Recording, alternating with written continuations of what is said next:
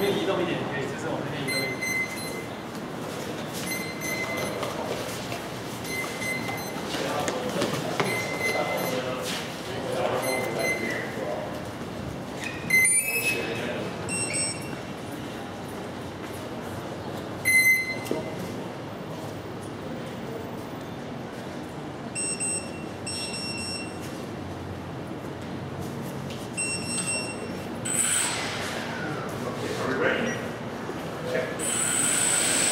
Guys, come over here. And you're okay, but if you guys get against the wall. 因为我有钱拍你来真的，来跟我一块拿。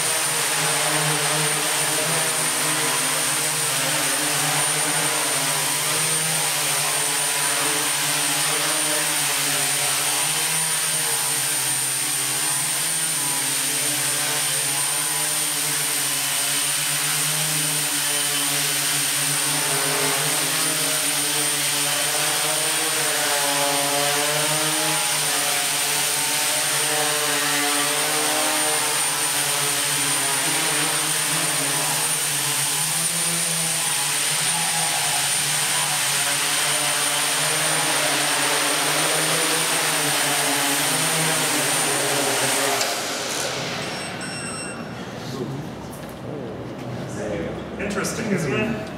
So, do you know how it rotates? Can anybody explain that? Counterclockwise rotation, so the different moment and changing the yaw, pitch, yaw and roll. Can you do it in Chinese too? OK， 就是正转反转，基数 ，so the odd number 就是基数是正转，然后呢偶数13，比如说13马达是正转，24马达是反转，就会呈现两个不同的这个 moment， 就是动距，然后再把那个动距减少，所以两个动距不平衡就开始旋转。 So it's actually quite simple how it flies. Do you know why I have green on one side and white on the other side? No, yes. One is front. Exactly, yeah.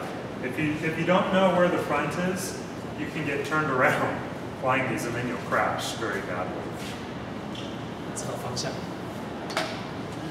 Yeah, so this is actually a really simple project. The control system is what makes it possible. And really, about 10 years ago, these were not impossible to build, I would suggest, because we didn't have several things we have today. We didn't have these really good brushless motors, right? Those are from Hobby King. Oh, we get close. Yeah, come on in. So what's new that makes this possible are the brushless motors. That's these, okay? And then high current discharge lithium polymer batteries. So the system uses 80 amps, as I told you, at full throttle, at 18 volts. It's a lot of power. And then also a multi-core processor, which can make this run very nicely with small pieces of code. So lithium polymer batteries, brushless motors, and a multi-core processor all make this project possible today. And also we have better sensors than we used to. The gyroscopes are very good and very low cost, and accelerometers. This board has no accelerometer on it, but if it had an accelerometer, then the PID loop would use the gyro and the accelerometer, and the accelerometer would let it stay level, totally level. So I could put it in the air, then put the controller down on the ground, and aside from wind moving it around, it would stay exactly where it is. But of course, it can go up or down, so then you would need a barometric pressure sensor or an ultrasonic sensor looking down to stay in one place. So people add GPS to these so they can fly them autonomously, and they might also do first-person view. I think you know this with goggles and a video link so that you are inside of it. And then you start to experiment and you find out the distance, how far you can fly. So with this system, you can fly about 1 mile. And in daytime, you can't see this beyond a 1/4 mile. But at nighttime, you can see it up to 1 mile with these lights. So it's better at nighttime. But the video link then has to also work on a different frequency than the radio, and has to be very powerful too. So those XB modules you saw that I was using, the little blue transmitter receivers, one of those can work to 20 miles. 20 miles. That's very far. So with an XB unit instead of this, and a very high-powered video link, you can fly these as much as you have a battery for. So this system flies about 12 minutes, but the ideal is a lighter system, a smaller one, with smaller batteries. You can get about 25 minutes of flight time. The heavier these get, the shorter the duration, because you add capacity and current, you have to add, since you have more weight, then you add higher motor RPM, and the battery is used up much quicker.